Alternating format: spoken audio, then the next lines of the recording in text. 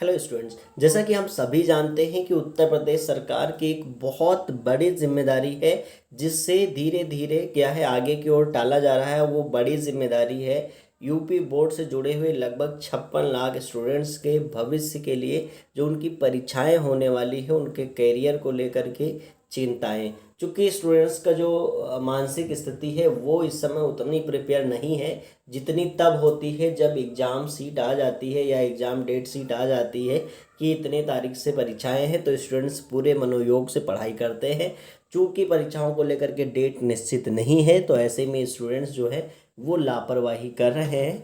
लेकिन अच्छी खबर यह है कि जो उत्तर प्रदेश है उसमें महामारी का प्रकोप जो है वो धीरे धीरे कम होता जा रहा है और ऐसे में यूपी बोर्ड की परीक्षाओं को लेकर के कई खबरें सामने आ रही हैं।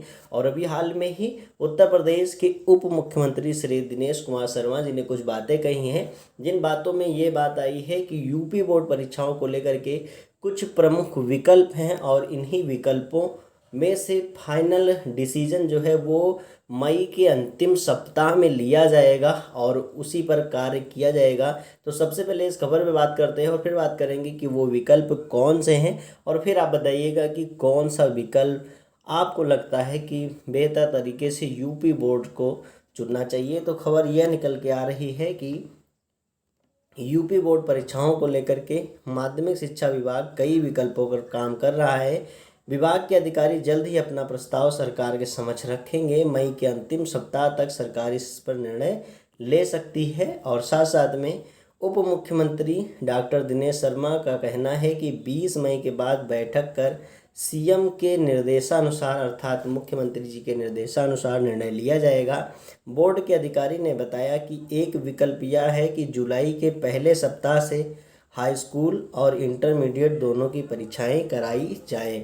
तो कहने का मतलब जुलाई में हमने कहा था ना कि जून के लास्ट से स्टार्ट हो सकती है, तो ऐसे में एक विकल्प यह सामने आ सकता है कि जुलाई के फर्स्ट वीक से परीक्षाएं स्टार्ट कराई जाएं और हाई स्कूल इंटर की विधिवत परीक्षाएं ली जाएं। तो फर्स्ट विकल्प ये हो गया।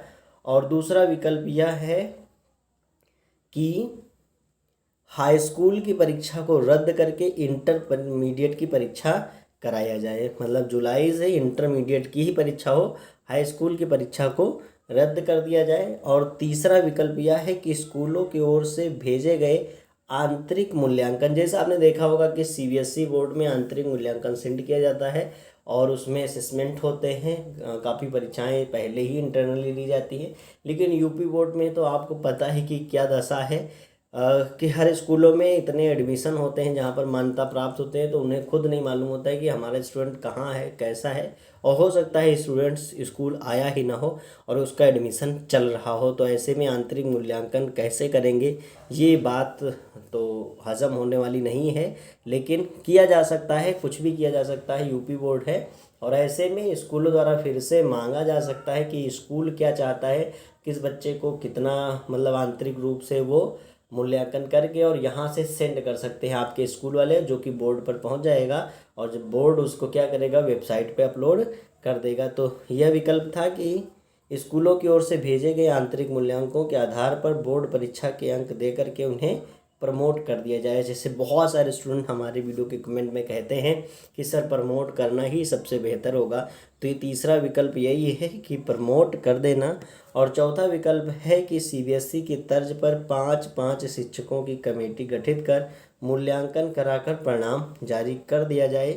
मतलब हर स्कूलों में 5-5 शिक्षकों की जो है तो वो टीम भेजी जाए और उनका मूल्यांकन कराया जाए, या किसी और तरीके से इस कमेटी द्वारा मूल्यांकन करा करके रिजल्ट दे दिया जाए। इंटर की परीक्षा को लेकर के विभाग सीबीएसई के निर्णय का इंतजार कर रहा है, मतलब कि सीबीएसई बोर्ड कब इंटर की परीक्षाएं कराएगा, क्योंकि आपको पता है सीबीएसई बोर्ड ने 10th की परीक्षा को रद्द कर दिया है और 12th की परीक्षा वो कराएंगे। तो ऐसे में बोर्ड सोच रहा है कि सीबीएसई बोर्ड जब निर्णय ले उसी आधार पे ये निर्णय ले सके। तो ये 4 विकल्प हैं, इन चारों विकल्प में से आपको कौन सा विकल्प लगता है कि बोर्ड को अपनाना चाहिए, ज़रूर कमेंट करके बताएं। इससे क्या होगा, हम भी समझ सकेंगे और अपनी बात भी उठाई जा सकती है कि कौन सा हमें लग रहा है कि होना चाहिए। हालांकि सबकी राय अलग है और बोर्ड इस पर निर्णय मई के अंत में लेगा, देखते हैं कौन सी खबरें आ रही हैं। बाकी यूट्यूब पे बहुत सारी फेक वीडियोज़ हैं जिसमें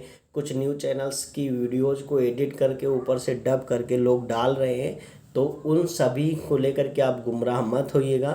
परीक्षाएं हो सकती हैं तो आप अपनी तैयारी को बेहतर ढंग से करते रहिए। बाकी मिलते हैं नेक्स्ट वीडियो में, तब तक के लिए घर पर रहिए, सुरक्षित रहिए और पढ़ते रहिए। Thank you.